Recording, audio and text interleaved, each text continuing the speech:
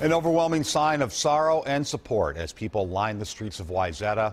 Thousands came out this afternoon to pay their respects to Officer William Mathews. He was killed when a car hit him Friday afternoon while he was clearing debris off of Highway 12.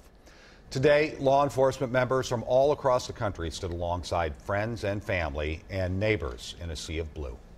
We have team coverage of the day's events and the community's reaction. Let's begin with Susan Elizabeth Littlefield, who takes us inside today's touching funeral service. This was a duty they hoped never to report to.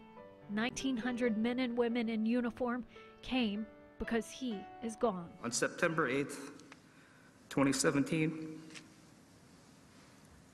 a piece of myself and everyone who knew and loved Bill died with him on that day. Bill Mathews' partner spoke of his character, the way he treated a crime victim, just as he did someone who was locked out of their car, with the utmost attention and integrity, a theme throughout the service that filled Mathews' home church. With Bill, what you saw is what you got.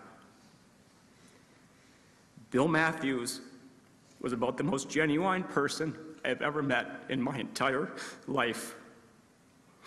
Bill was always concerned with doing what was right. Bill's son Wyatt sat front row, his mother by his side. She was silent, but family spoke on her behalf. I never believed in love at first sight until I met you.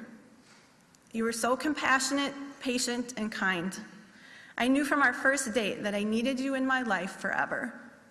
I never would have guessed forever would end so soon. None of them did, a point Bill's pastor spoke to. We as finite beings cannot, indeed must not, make sense of evil, for the final truth is that evil does not make sense. And even though his death is so hard to understand, the impact of his life is easy to see. There were 2,400 people total at the funeral, and that doesn't even include the processional. Officers came from NYPD, officers came from Nebraska, from all around Minnesota. Officer Mathews was deeply respected. See that? Yes, obvious. Thank you.